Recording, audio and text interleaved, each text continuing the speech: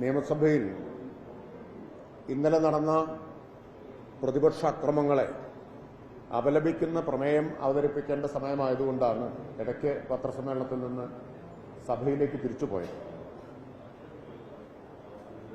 ഇന്നലെ നിയമസഭയിൽ നടന്നത് സമീപകാലത്തൊന്നും ഉണ്ടാവാത്ത തരത്തിലുള്ള അക്രമങ്ങളാണ്. രണ്ട് പ്രതിപക്ഷാംഗങ്ങൾ സഭയിലേക്ക് സ്പീക്കറുടെ ഡയസിലേക്ക് ചാടിക്കയറുകയും ഒരാൾ ഡയസിൽ കയറി നിന്ന് മുദ്രാവാക്യം വിളിക്കുകയും ചെയ്യുന്ന സ്ഥിതിയുണ്ടായി. മറ്റ് നിരവധി പ്രതിപക്ഷാംഗങ്ങൾ സഭയിലേക്ക് ഡയസിലേക്ക് ഇടിച്ചു കയറാൻ ശ്രമം നടത്തി. വാച്ചൻ വാർഡിനെ ആക്രമിച്ചു.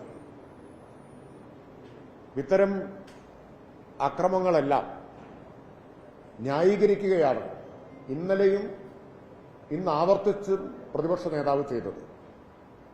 ഈ പ്രതിപക്ഷ നേതാവാണ് സഭാ നടപടികളെയും പാർലമെന്ററി മര്യാദകളെയും കുറിച്ച് എപ്പോഴും ഗീർവാണ പ്രസംഗം നടത്താറുള്ളത്. പക്ഷേ അദ്ദേഹം തന്നെ പറഞ്ഞുവിട്ട അദ്ദേഹത്തിന്റെ അനുയായികൾ സഭയിലും സ്പീക്കറുടെ ഡയസിലും താണ്ഡവമാടിയപ്പോൾ അതിനെ അദ്ദേഹം ന്യായീകരിക്കുകയാണ് ചെയ്യുന്നത്. സഭ ഒരു പ്രമേയത്തിലൂടെ ആ അക്രമങ്ങളെ ഇന്ന് അപലപിക്കുകയുണ്ടായി. ഇന്ന് ചില മാധ്യമങ്ങളൊക്കെ കണ്ടപ്പോൾ പ്രതിപക്ഷം എന്തോ ഒരു സൽക്കർമ്മം ചെയ്തു എന്ന മട്ടിലാണ് ചില പത്രങ്ങൾ അവതരിപ്പിച്ചതായി കണ്ടത് ഇന്നലെ സഭയിൽ നടത്തിയത്. അപ്പൊ അതിലും ഒരു ഇരട്ടനീതി വ്യക്തമാണ്. അതുകൂടി കൂട്ടത്തിൽ ഓർമ്മിപ്പിച്ചു എന്ന് മാത്രം.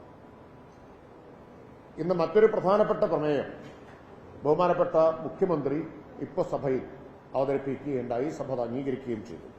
ചട്ടം 118 അനുസരിച്ചുള്ള പ്രമേയമാണ് അത്.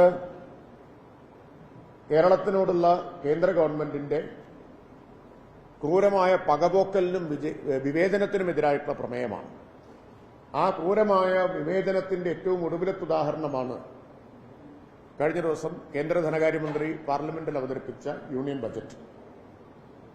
ആ ബജറ്റിൽ കേരളം ഉന്നയിച്ച 29 ആവശ്യങ്ങളിൽ ഒന്നുപോലും പരിഗണിക്കുകയുണ്ടായില്ല. എന്നു മാത്രമല്ല, കേരളത്തെ പരിഹസിക്കാനെന്നോണം ആമകൾക്ക് വേണ്ടിയിട്ടുള്ളൊരു പദ്ധതി പ്രഖ്യാപിക്കുകയും ചെയ്തു. അത് യാദൃശ്ചികമാണെന്ന് കരുതാനാവില്ല. അത് ബോധപൂർവം കേരളത്തെ പരിഹസിക്കാൻ ചെയ്തതുപോലെയാണ് നമുക്ക് മനസ്സിലാവുന്നത്. ഞങ്ങൾക്ക് രാഷ്ട്രീയമായിട്ടുള്ള പിന്തുണയും സ്വീകാര്യതയും ഇല്ലെങ്കിൽ എന്നാ പിടിച്ചോ, നിങ്ങൾക്ക് ഇതാണ് കിട്ടാൻ പോകുന്നത് എന്നൊരു മനോഭാവമാണ് കേരളത്തിൽ വലിയ പ്രതിഷേധം അതിനെതിരായിട്ട് ഉയർന്നു വന്നു. എല്ലാ മാധ്യമങ്ങളും ഈ ക്രൂരമായ വിവേചനത്തെക്കുറിച്ച് പറഞ്ഞു, ഒരുപക്ഷെ പറയാൻ നിർബന്ധിതരായി. പത്രങ്ങളെല്ലാവരും മുഖപ്രസംഗം എഴുതി.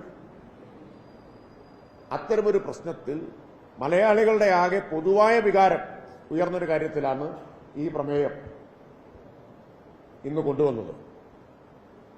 വിചിത്രമായ നടപടിയാണ് പ്രതിപക്ഷത്തിന്റെ ഭാഗത്തു നിന്നുണ്ടായത്. വിചിത്രമായ നടപടിയാണ്. ആ പ്രമേയത്തെ അനുകൂലിക്കാൻ തയ്യാറായില്ല. വേറെന്തെല്ലാം അഭിപ്രായ വ്യത്യാസം ഉണ്ടെങ്കിലും കേരളത്തിന് എയിംസ് തരാതിരുന്ന നടപടിയിൽ പ്രതിപക്ഷത്തിന് അഭിപ്രായ വ്യത്യാസം ഉണ്ടാവേണ്ട കാര്യമില്ല. അതിൽ മലയാളികളുടെ വികാരത്തിനൊപ്പം നിൽക്കാൻ കഴിയേണ്ടതാണല്ലോ. ഗവൺമെന്റിനോട് എതിരഭിപ്രായം ഉണ്ടാവാം. അതാ മുഖ്യമന്ത്രി കഴിഞ്ഞ ദിവസം പറഞ്ഞത്. പ്രതിപക്ഷം ഗവൺമെന്റിന്റെ പ്രതിപക്ഷമായിട്ടാണോ പ്രവർത്തിക്കുന്നത്, അതോ കേരള ജനതയ്ക്കാകെ പ്രതിപക്ഷമായിട്ടാണോ പ്രവർത്തിക്കുന്നത്? ആ ചോദ്യത്തിനുള്ള ഉത്തരമാണ് ഇന്ന് പ്രതിപക്ഷം നൽകിയത്. ഞങ്ങൾ LDF ഗവൺമെന്റിന്റെ മാത്രം പ്രതിപക്ഷമല്ല, കേരളത്തിലെ ജനങ്ങളുടെയാകെ പ്രതിപക്ഷമാണ്. ജനങ്ങളുടെ എതിർപക്ഷത്താണ് തങ്ങൾ നിൽക്കുന്നത്. BJP ഗവൺമെന്റിനൊപ്പമാണ്. കേരളത്തിനൊന്നും നൽകേണ്ടതില്ല എന്ന BJPയുടെ അഭിപ്രായം പ്രതിപക്ഷവും പങ്കുവച്ചിരിക്കുകയാണ്.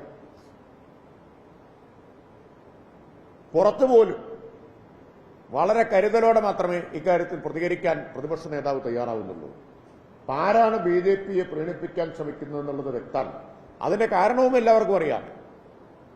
തദ്ദേശ തെരഞ്ഞെടുപ്പിൽ ഉണ്ടാക്കിയതിന്റെ തുടർച്ചയായി നിയമസഭാ തെരഞ്ഞെടുപ്പിൽ BJPയുമായിട്ടുള്ള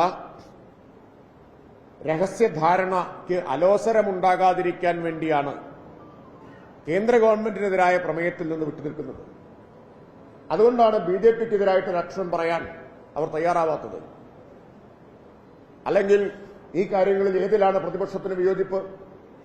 കേരളത്തിന് ഇൻസ് വേണ്ട എന്നുള്ളതാണോ പ്രതിപക്ഷത്തിന്റെ അഭിപ്രായം?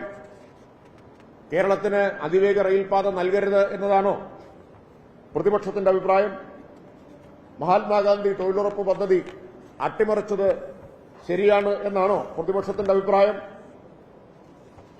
അതുപോലെ വിഴിഞ്ഞത്തിന് VGF ഗ്രാന്റ് നൽകരുത് എന്നതാണോ പ്രതിപക്ഷത്തിന്റെ അഭിപ്രായം?